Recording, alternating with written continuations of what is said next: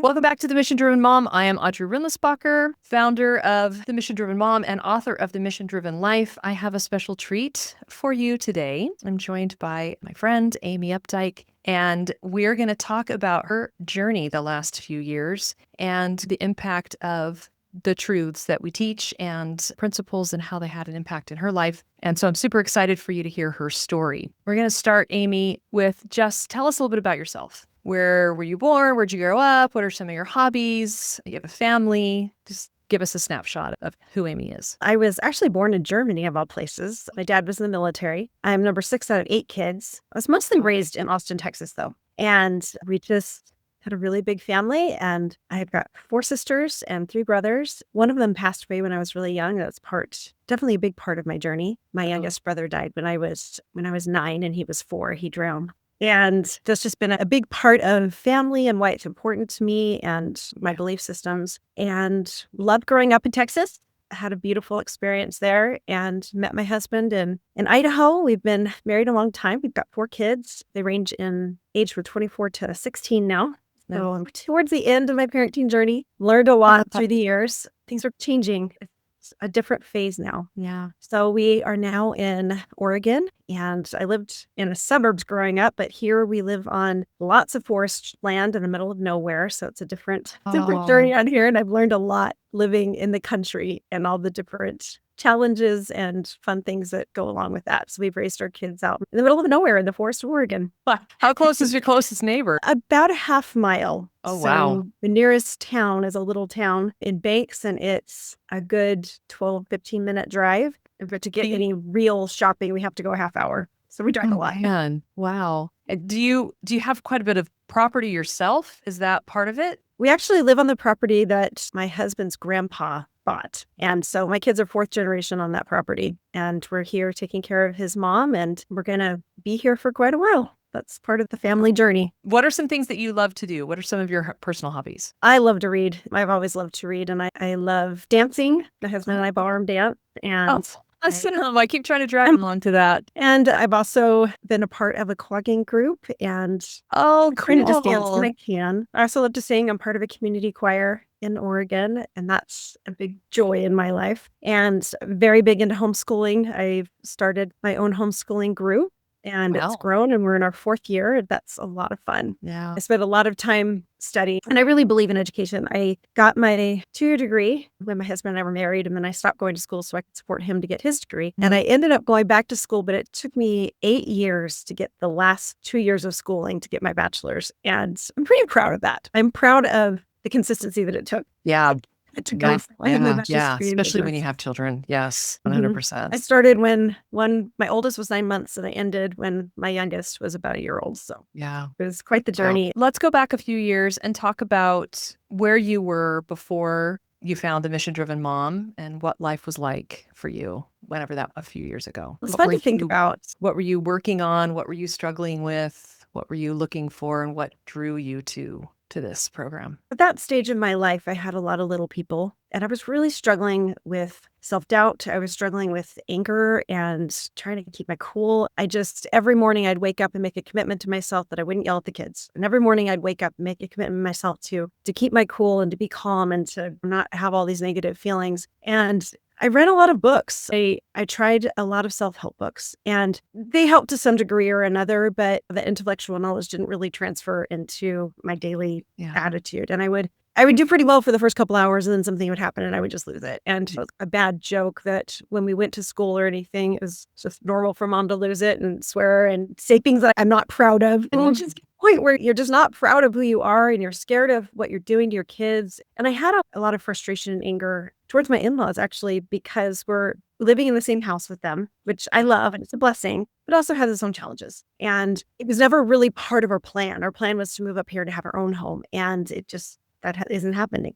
And we're still with them in their home. And I felt a lot of what I've come to now know is victimhood. I did a lot of blaming and shaming and comparing and criticizing and just wallowing in poor, pitiful me. Yeah. And that was really the stage I was at. I'd started homeschooling and I was loving it, but I was struggling with having them home all the time. I joke that part of homeschooling is having your kids home with you until you get used to that. Like, people ask, what do I do? I need to homeschool. What should I do first? And I said, make sure that your home life is in order. Make sure that you've got systems and that you have rules and that you have family culture and schedules. Don't even worry about the curriculum. But I was battling all of that, trying to get that and myself in control. Yeah. And so when I discovered the Mission Driven Mom Academy, it was one of those moments where my heart told me I needed it and I didn't really know why. And I couldn't really afford it. And it was an introductory thing. I was thinking it was the very first year you did it. It was an introductory price. And even at that low price, it was still a sacrifice. And I'm just so grateful I started it. It took me 2 years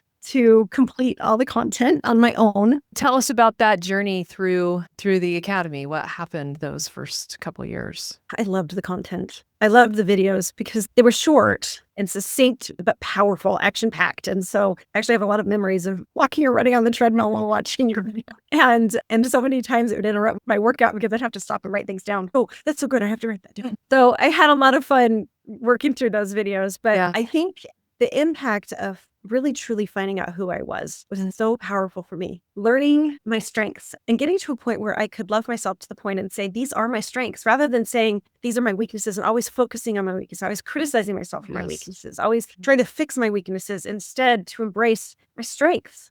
And I have come to the point where I'm comfortable talking about my strengths because I'm also comfortable talking about my weaknesses. And it's been a really beautiful journey going through the content and finding out what my strengths are through the Strength Finder, finding out what my temperaments are, what my values are, what really matters to me, and what my story is. The Cure for the Common Life story was really powerful, going through all these impactful memories of my life and figure out why they were meaningful and what that informed me about myself. So I got to the point where I knew who I was truly, and I knew who God was and that he loved me and that I loved him and that I knew what he wanted for me. And by the end of that, writing my mission statement was so powerful because I have this beautiful mission statement, which incorporates so many aspects of my life and so many things. And the book is a treasure to me. My workbook is a treasure because I can open it up. When I just recently wanted to look for a job and to figure out what I would be good at, I looked through it and I said, this is what and I know for sure what I'm good at. I've seen it in my life. I have the kind of evidence of the test, but I also have the evidence of the proof of my life. And it's given me a lot of confidence. Also, I think the most impactful thing from this book, and everyone to read it, is The Power of 10, The Empowerment Dynamic by David Emerald. It literally, and I'm not exaggerating, has changed my life. I've read so many books on self-help, trying to curb my anger, trying to curb my frustrations and change my behavior. But none of them did it until I read that book. And I started to recognize when I'm being a victim. And that simply is it. When I'm complaining, criticizing, shaming, or comparing myself to others, or competing, any of those times, I can immediately go, you're being a victim. And the moment I recognize that, I step back and say, okay, how can I be a creator? How can I get out of this drama triangle? How can I stop blaming everybody for persecuting me and start to change my actions, which is the only thing I can change. And that has helped with our finances. It's helped with my friendships. It's helped with my leadership roles. It's helped with my children. It's helped with my relationship with my in-laws. It's helped with every aspect of my life. And it's also helped with how I love myself. Because many times I blame and shame myself, and I got to stop and say, wait, no, that's not what this is about. So it's been really fun, this content. I went through it myself, and then I went through Mission Driven Mom Level 2, learning about principles, which I have a lot to say about that. But I've also taught it. I taught it to youth twice now, in my second time teaching it to youth. And it's been so joyful. Like, we just did the lesson on subhuman and superhuman, and I finally get it. The third time through, I finally understand it. And I'm able to make connections to Covey's 7 Habits, and I'm able to make connections to David Emerald's Drama Triangle and other things that I've read to understand what that really means. And I even had an experience this week where I put myself in subhuman. I was just down in the dumps. I had to stop and really just coach myself through the verbiage of, no, we're not going to be there. We're not going to be a victim. We're not going to whine and moan and say it's never going to change. We're going to look at it truthfully and just say, what can I do? And accept what I can't accept, or accept what I can't change, and change what I can. And it really has, it's changed not only me, but it's changed my whole family culture. And thankfully I got it in a point where I could have an influence on all of my kids. One of my boys in particular struggles with a lot of the things I struggle with. The anger and shame and the victimhood. And it's really fun. One time he was in class with me and I was teaching this, and he came home and I said something I shouldn't have said. And he said, Mom, you're being a victim. So let me throw it back at you. Love it when they call you out. Thank you. Thank you for that reminder. You're right. Yeah. So that's Yeah. really powerful. Yeah. Yeah. And that whole section, we do that self-leadership 4 times. And that first section on self-leadership, cushioning, like learning about the types of victims in conjunction with the book, and blame and shame, like you keep talking about, and how they all work together and all of that kind of stuff. And then later learning to tell ourselves the truth. That's a nice cadence that makes a difference. So you feel like, I remember when we were on the phone a little while ago, you said something about that you had tried therapy as well. Do I have that right? I have been in therapy. We were in marriage therapy for a little bit. And recently I was in therapy for some pretty traumatic family drama that happened in my nuclear family. For me, the therapy was more of triage, getting me out of a hole at that moment. Yeah. And this is more of everyday life things, how to handle the everyday life things. And then when the big things happen, you can get out of it faster and easier. I had a pretty traumatic experience a few years ago. My mother was actually killed because of my father. He ran over her with his truck, and he was arrested for it. And there's a lot of evidence that it was intentional. This happened almost 3 years ago. I'm so sorry, Annie. Yeah, it's pretty horrific. And I have a pretty special relationship with my parents. My dad was quite abusive, not to me so much, but very much to my mother and to my brothers and sisters to different degrees. And there's a lot of pain in memory of my dad. And so this happening made it really bad. It Yeah. made the relationships really hard. And so when I got the call that my mom was in the hospital, I immediately flew down, and I was with my mom and dad, and I was with my dad in the house, and then I would go to the hospital. And turns out she was so damaged that we had to take her off the machines. Yeah. And my brothers and sisters flew in for the funeral, and I was there trying to navigate on the ground what was going on. And while I was there, I had some really difficult but interesting experiences that showed me how much I've learned about loving myself and loving others and loving God. And I was able to be in that situation and see the principles of it, see the good in it, see the good in my dad, and be there for my mom, but also easily forgive my siblings for their struggles, because some of them chose never to speak to him again, and I completely understand. And they couldn't understand how I could speak to my dad. But these teachings and these skills that I've learned through the Mission Driven Mom equipped me to be able to have those tough conversations, and help me to separate myself from other people's emotions and feelings and viewpoints, to the point that I could understand them, but still hold true to what in my heart was right for me. And that's been a really powerful journey, being able to see other people's choices in terms of principles, to be able to love them and still love myself, and not judge. I think there's a whole conversation could happen about what judging really is, but to not condemn them for their feelings and their actions, but to understand them and love them. I really feel like I was given a gift of just an incredible gift to be able to handle that situation. Because when I got out of that situation and got home, I just collapsed. And I felt the anger that my siblings felt. I felt the hurt and all of the emotions that they were feeling. But while I was there, I just felt peace and love. And I was able to talk to the doctors and help with the things at home and all the things that needed to happen. I was able to do them and be clear-headed because of that kind of extra gift from God and these skills I was given to help me through it.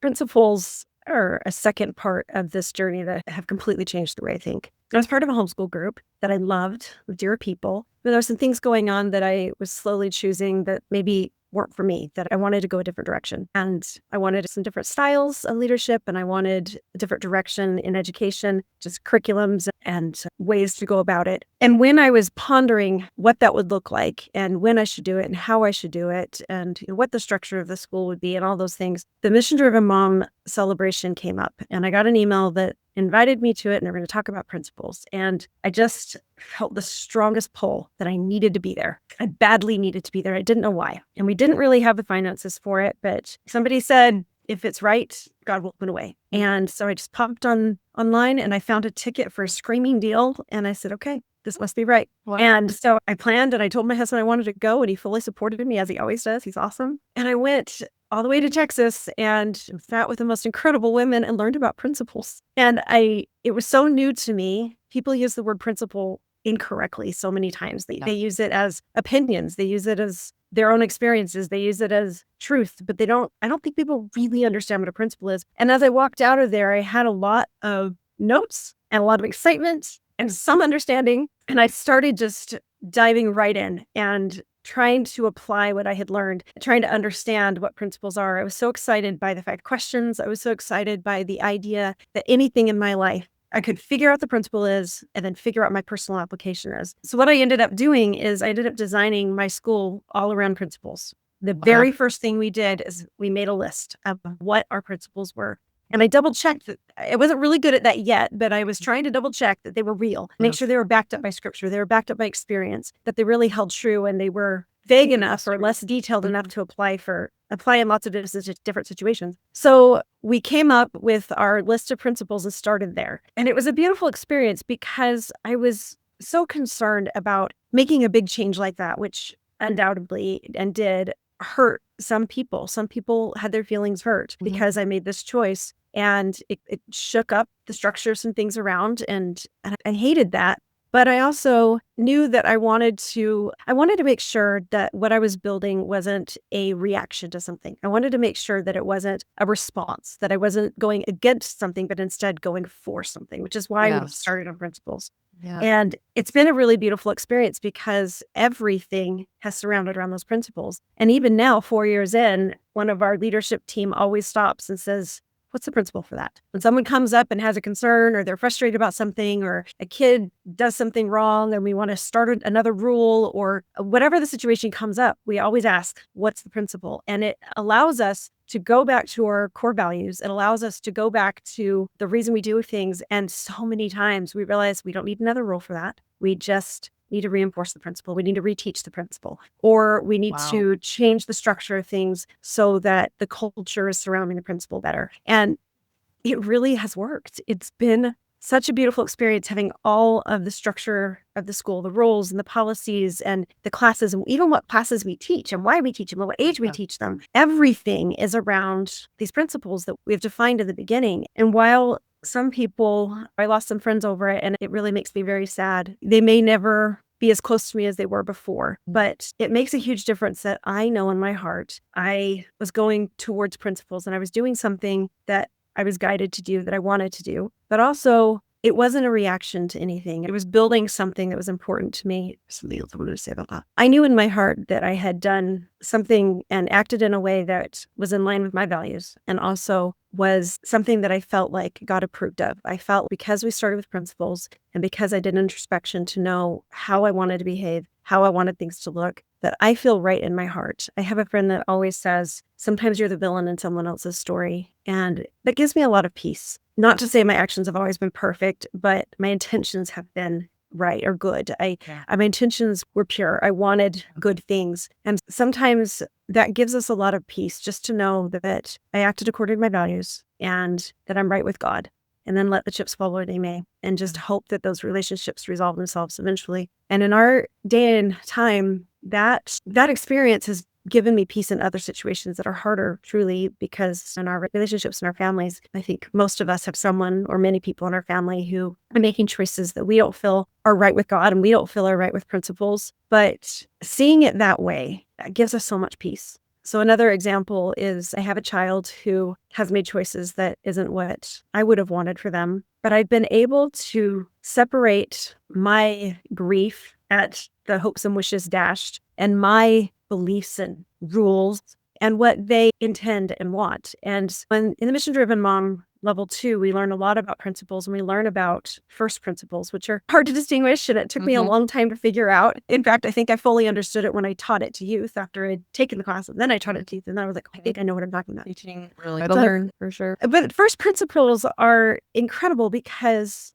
once you identify what it is, you can separate yourself from the applications. I can look at this child and say, I know their heart is wanting this. I know their heart believes this. I know this is what they're going for. And I agree with that first principle, sometimes even that principle. But that application, it diverges from those applications. Many times are not good for you, are not in line with God's law, are not something that is proven to be healthy. But I can still show compassion and love and understanding towards that child and other people in my life because I can understand where they're coming from. I can agree with them where I agree and then kindly disagree appropriately for the rest of it and be okay that they're living in a different way than I'm living. principles are just so powerful because we can use them in every aspect of our life. For example, you've taught so much about principles and health, for example. It's just an easier one to talk about. Yeah. I may choose to never eat sugar again, or I may choose to have a Kit Kat bar every single night, or I may choose to only have non-refined sugars, or whatever it is. Application. I don't have to judge or be angry or be frustrated or condemn or get all up in arms because somebody is choosing it differently than me. I can understand we both are trying to be healthier, that we both agree that limiting sugar is a good thing. That is way easier. It's a simple topic than some of the other ones we can talk about. But that has given me so much love for other people, and it allows me to be kind and allows me not to get upset. Whereas before I understood any of these things, and like I mentioned earlier, I struggled so much with being angry. And this has allowed me to not be angry about it because I can pause and say, wait a second, am I being a victim? Am I in the wrong? I can pause and say, are they living this principle in a different way than I choose to live it? And whether I agree or not, I can still have compassion and love for them. And that has changed all my relationships in my life. Wow. Wow. That's incredible. You were just making me think about how I feel like in the world, we're told that in order to really love, in order to really show empathy and compassion, we need to be permissive. And you're saying something very different than that. But on the surface, sometimes it can look similar. And that's why when we can think in terms of the natural law framework and really have a handle on it, because what you're saying is that because you can build bridges with people on first principles upon which you agree, then you can honor the intention. And you can see that in their own way, they're trying to be a principled person, but they are confused about maybe which principles follow because they don't have these thinking skills, or their applications are not what they ought to be, or are wreaking havoc or whatever.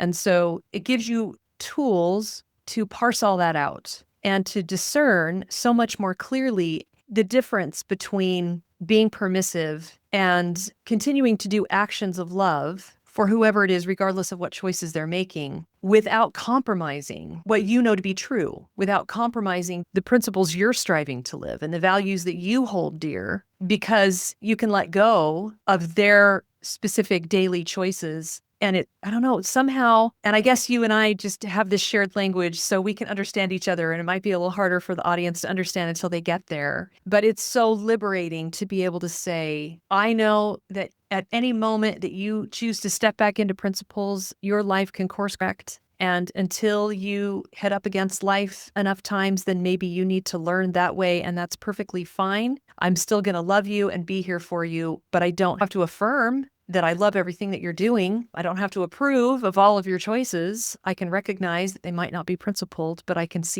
differentiate you from your choices. And anyway, parsing all of that out, understanding it more clearly, seeing it for what it is, it's so much easier. You're right. It does on the surface sound like the phrase, you do you. It does. And as you were talking, I was pondering the difference. And I think the difference mostly is in the approach and in my heart. The book Anatomy of Peace teaches about getting your heart in a heart of peace, not a heart of war. And this allows me to be in a heart of peace. And I'll give you an extension to this story. Just recently for the holidays, this child was home and opened up their heart to me about a significant change in their life they were going to be making, something that maybe 5 years ago would have devastated me. And don't get me wrong, I don't agree with it. I'm saddened by it. Yeah. But because he knew I loved him, because he knew my heart was at peace to him. And for clarification, this is a child who is older and out of the house. Yeah. He's an adult. Yeah. And making these choices. It's a different situation when they're in your home. Yeah. But this conversation went really well. And it went well because I was able to talk in terms of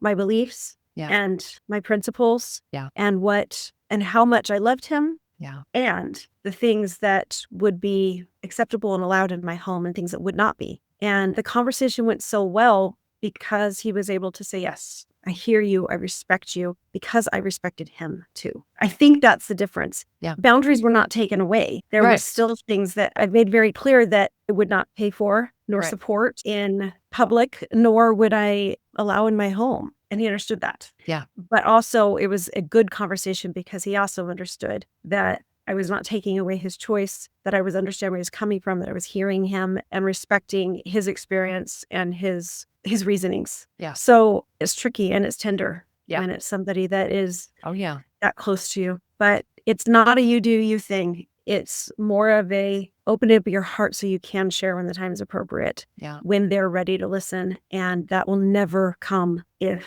I just came down with only my application of rules, my home, my rules, Yeah. or this is where the line is, you can't cross it. So that these principles and this thinking, as you can see, has really changed the way I behave towards even those closest to me. Yeah. That I don't feel like I've compromised on what is allowed in my home or what is acceptable or what I will do, because Yeah. it's those boundaries. Yeah. You know, Yeah. what I will You don't have do. to pretend to be someone else, or you don't have to Mhm. relax your own values and your own standards.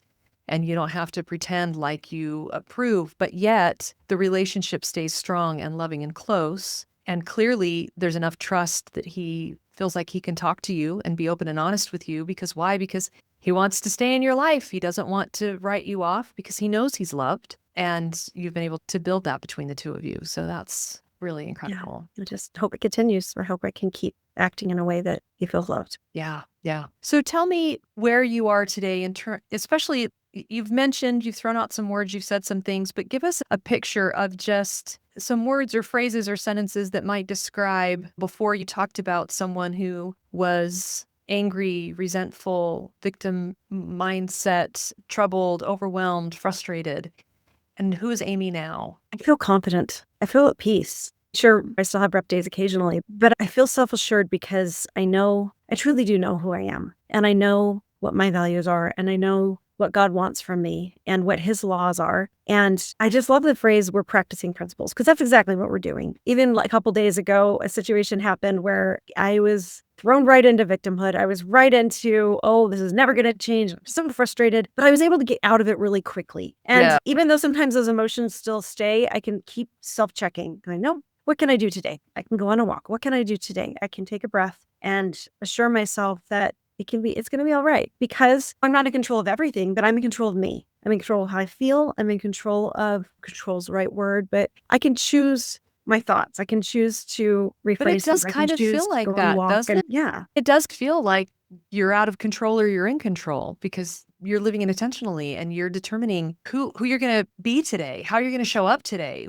We talk about this in the academy quite a bit, that we can choose to entertain certain thoughts, and the thoughts that we entertain determine the emotions that we feel. And that's at least part of the equation that I hear you saying, is that you've retrained the way that you think through the lens of principles, but through other tools as well. And now you're living much more intentionally from that tiny seed of thought choice all the way through to these hard conversations that you're having with your family. And that does make you feel more in control. You're not, because you talked about before how you would wake up and make a commitment to yourself that you weren't going to get angry and you weren't going to this or that. And yet so often several years ago, you would give in to that anger because you didn't have the tools, you didn't have the principles, you didn't have a better plan. You didn't understand what was at the root of it. There's a really famous quote, I think it's Henry David Thoreau, that I love a lot, been using a lot lately. He says, for every 1,000 that are hacking at the branches of evil or the leaves of evil, something like that, there is only one hacking at the root. And that is something that I really wanted the MDM Academy to give moms, was to get to the root. Why these are all of the symptoms. This is the environment. This is what I'm swimming in. But what's really at the heart of that? And in all of those self-leadership sections, those titles of those sections are increasing my personal power. Would you say that you feel more powerful now? Would that be a term you would use for yourself? absolutely. And I love that idea of hitting at the roots, because like I mentioned before, I've spent so much time reading self-help books, and I have gone to therapy about different issues in my life. And it was more like they would help. Covey talks about the personality versus the character ethic. And I felt like they spent so much time just trying to do the things that would fix it. So many times you're going to find that one skill that would change it. And sure, those techniques do make a difference on the surface, but it doesn't change the root, the core problem. And in me, the core problem was a feeling of insecurity, a feeling of not being as of value. It stems from some childhood trauma. It stems from just different beliefs about myself, but recognizing who I really am has changed it all. And recognizing my power to have influence over my family, which sounds power hungry. It's not. But No. the creator mindset that I can Yeah. create a home of peace and not just doing it out of, okay, I'm going to count to 10, which is a good skill. But isn't it better when you stop and say, okay, why am I angry? I'm angry because I'm embarrassed that this child is going out in public looking this way and they don't have their shoes on. So rather than freaking out, they don't have their shoes on and screaming them, I can stop and recognize this is about me. This is about No. me feeling embarrassed. And almost all time there's something that you can do. Yes. Just changing that dialogue in your head makes all the difference in the world to actually what comes out. So many of these skills really have changed my behavior and changed how I think and who I am, my character. And it's not just the videos and the quizzes, which are great. And I've learned a lot from them. Absolutely. I've also just loved diving deep into all of the classics and how every book I read now, I can find a principle in it and I can find a way to bring it into my heart and recognize truths or untruths. Yeah. Principles are so fun to once you start to recognize them because you see them in movies and it starts to spoil movies for you. And you see them in, sorry, something's coming in. Sorry, I'm in a recorded interview. So I'm going to wait for you to leave the room and I'm sure what I'm saying. Okay, I'm listening. How you can find principles as you read books and you can find them in movies and other things like that. So looking for principles in these books and movies is so fun. And I also have found that I can look for principles or broken principles in the ballot when I'm voting. And that has changed the way I vote. It's changed the way I look at articles or things that are going on in the Supreme Court or things that are going on in current events. I can look back and say, okay, what's the principle? What's this person really arguing? What's this person really thinking? Is there something we can agree on and where? It has just created so much peace in my life that I don't fly off on the winds of whatever crazy thing is happening. And things happen all the time in the world and in my home. So it just allows me to have way more peace and confidence and control and love. That's beautiful. We have this training coming up, which everyone listening, I'd love to invite you to come. I would love to have you there. And we're talking about how to stop feeling powerless and become the expert in your own life. And that means exactly what you're talking about, Amy. That you can go to other experts. You can read, go to the doctor, see a therapist, look up someone who's running for office, a candidate. And at the end of the day, trust that your discernment, that the principles you've discovered, that your decisions about what all these other people are, all this advice that people are giving you, is that you can trust yourself to make those decisions, that you can trust yourself to be the expert about how you ought to move forward. I heard a lot of that when you were talking about losing friendships as you tried to be principled. That just requires so much conviction and confidence and discernment, I think, to be able to say, this is the truth and I'm going to stand on the truth. And I'm sorry if you don't want to come there with me. And that's unfortunate and I'll miss you, but that's who I'm going to be. That's what I'm going to do. I feel like I want to clarify that experience a bit. It was also really in the experience of choosing to start a new school and knowing that would hurt some people, the old school that I left. It was really important to me to recognize that they also were operating off of really good, wonderful principles. Mm-hmm. And I understood what those principles were. And it enabled me to think about how I could do things differently and yet recognize that we both are coming from a really good place and love and support them. And I have done my very best to support that school and all of those families. And even though it personally pricked when a family would choose them over our school, and still do. There's still a lot of shuffling going on. Even though that happens, I still never react unkindly about it. I always am supportive because I, at my heart, understand. Even if someone chooses not to go to school at all and go back to public school, or they want to choose a charter school, I support them because the principle is that we as parents have the right to choose what our children, what education they get and how they are educated. We have that right. Yeah. And who am I to criticize or take away that truth from them? And it's all good. We all should educate our children, and each child needs something different and sometimes at different times in their lives. So that just understanding that principle and understanding that's the application that differs changed my heart completely about it. And don't get me wrong, it pricked sometimes, just like I'm sure it pricked to them when I made choices. But wouldn't it be great if we all saw things that way? We said, okay, that's a different application. I can support you in what you're doing and love you for what you're doing and not have it be all about me, because it's not about me. Yeah. It's about all of us trying to live the principles in the best application that works for our family at that time. Yeah, that's awesome. Agree 100%. So is there anything else that you would like to say to anyone listening? What would your advice be to moms that are out there thinking about joining the program or just wanting to navigate their lives better? think I would say that there is nothing more important than we are doing in our own homes and in our own hearts. And we need to make an investment into ourselves and into our families. And sometimes it takes a really big sacrifice. And it might feel like a big sacrifice to commit to a program like this or do anything that you're doing to better yourself. But there's nothing more important than finding a way to improve our relationships, than finding peace in our hearts, than understanding how to navigate this terrifying world. And right now we need it more than ever. I'm so grateful that I was exposed to this so long ago so that I had the skills to prepare me for when I really needed it the most. Yeah. The last few years have brought some rough challenges. The passing of my mom and the way it happened was very difficult, to say the least. And having a child that is choosing something different than you ever dreamed for them is hard, and trying to love and understand them. And then I look around and I see so many people just ripped apart in their social groups, even in church, in their families, by the schism that's happening politically and all of the really difficult things that are happening and probably will keep happening. And to be able to be secure in what you believe, to be able to be secure in how you act, and you've consciously chosen what that should be, and you've practiced it, and you're working on it, and you're training yourself to respond in a respectful, loving way. Who does that anymore? That can change everything. It can change everything in your life.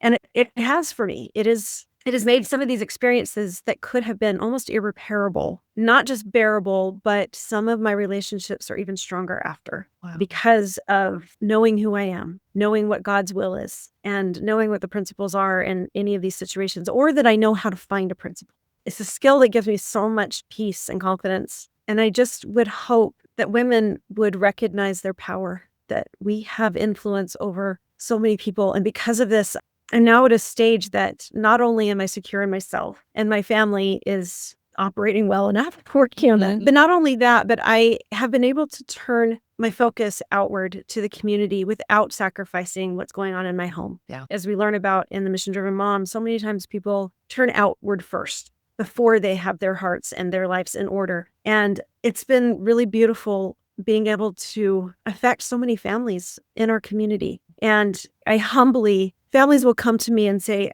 I can't believe how you do this. How do you do so much? How do you run this school? How did you start the school? And first of all, I didn't do it alone at all. It was a team. But it was because I was able to start with principles. I was able to start with a vision of what I wanted. And I was able to use those principles to gather people around me who wanted the same thing. And we've been able to make a really big impact in our little corner of the world. And that's all that matters.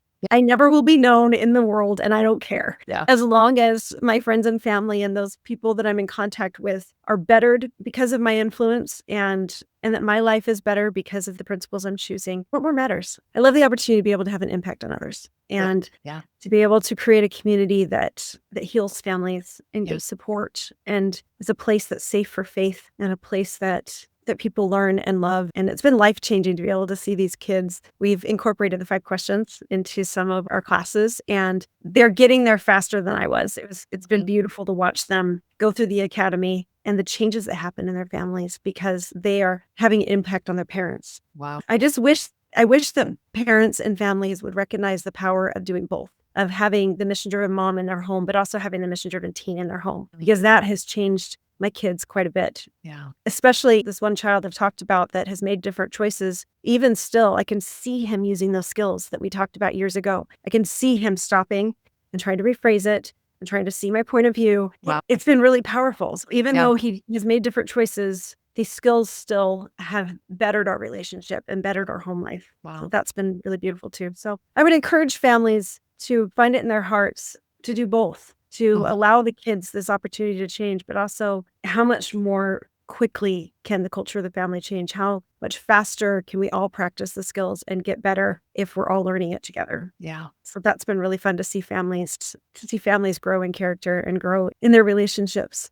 and in their confidence and peace. Yeah. Wow. Wow. I want to ask you one last question, just because on the back of the book, The Mission Driven Life, one of the things that's on there is it talks about how I was searching out these great men and women that really I admired and I wanted to be like them. And I was trying to crack the code of how they became those kinds of people. And these 7 laws of life mission were the pathway for ordinary people to do extraordinary things. And I know that when women listen to someone like you and you're so polished and beautiful and professional and you're doing big things, that maybe they just can't imagine ever getting to the point where you are. I'm just wondering, was there a time in your past when the person that you are now and the things that you do now and the influence that you make in your community would have felt impossible for you? That you would have never imagined that you could do the things that you do now? Absolutely. In fact, I have a dear friend who, I think it was the very first year I started homeschooling. She looked at me and said, "You're going to have your own school one day." Wow. What are you talking about? I'm just trying to get the kids out the door and teach Yeah. my one class. What Yeah. are you doing? Yeah. And she has a gift for seeing the potential in other people. But at that moment, I was just thinking, I can barely just keep my dishes done. I'm just trying not to scream at my kids in the morning and not use expletives, trying to get them in the car. Oh, good. We can laugh now. But it wasn't. And I cry the whole way there because I'm like, I can't believe what I just said to my mom. But yeah, it's a growing process. And so many people will say, I don't know how you homeschool. Like, how do you do that? Yeah. I could never do that. We can do way more than we think we can. Yes. And it's one baby step at a time. It's just, I remember going to Walmart with 4 little kids and somebody looking at me going, how do you do that? I could barely handle the one. And I said, you don't come all at once. Yeah. You grow into it. Yep. Capacity grows. Yes. And you learn so much through every experience. Every hard experience has taught me so much. And so every little baby step, and as long as we are practicing principles and as long as we are just striving, being self-aware, just striving to be a little bit better, it doesn't even have to be every day. We take steps back, but just over time, as long as the trajectory is that we are able to do a little bit more each time, it's pretty incredible. And I bet you think that too. I look at you and I'm just like, oh, you do so much. And where's your family? Yeah, I just want women that are listening to know that if you're in that place where you're like, I never could, just don't sell yourself short. It's just not true. You just don't know what you can do with the right tools, the right guidance, the right mentors, the right women around you, and the right support systems and all of that kind of thing. Amy, you're amazing. I'm really am honored that you would come on today and share your story with us and be so honest and vulnerable, and really think you're just such an amazing woman. So grateful for you and for all that you do and the influence that you have and everything that you've shared today. And so for those listening, if you want to understand better the kinds of things that Amy has been talking about and understand how you could become more of an expert in your own life and what this thing called principles is and how they work and why they matter and how they could change your life, then I would invite you to click on the link in the description and register for this training that I'm going to do. And we're going to spend just an hour and a half together. And I'm going to walk you through some things that will get you jump started on this path. And you'll be able to start doing some of the things that Amy is talking about and have a window into how you really can become so much more than you think you can, how you can solve your problems with truth, how the truth really will make you free. And more than that, you can learn who you really are and walk with confidence. Look at the kind of example that Amy is to her family and the confidence and fiction that she shows them. We are the heartbeat of the home, and we represent motherhood and womanhood and adulthood. And our example is everything. It is everything. And there's just no reason to wait one more day to learn how to overcome whatever's in your way and move forward. Be more of that example that you would want to be. So I'd invite you to join us for that training that's coming up soon. I would love to see you there. And Amy, thank you again for being here with us. You are incredible, and wish you and your school and your community and your family all the best, and hope you continue to grow and have more success in the future. Thank you so much. You're too kind. I don't feel like I'm that great, but I really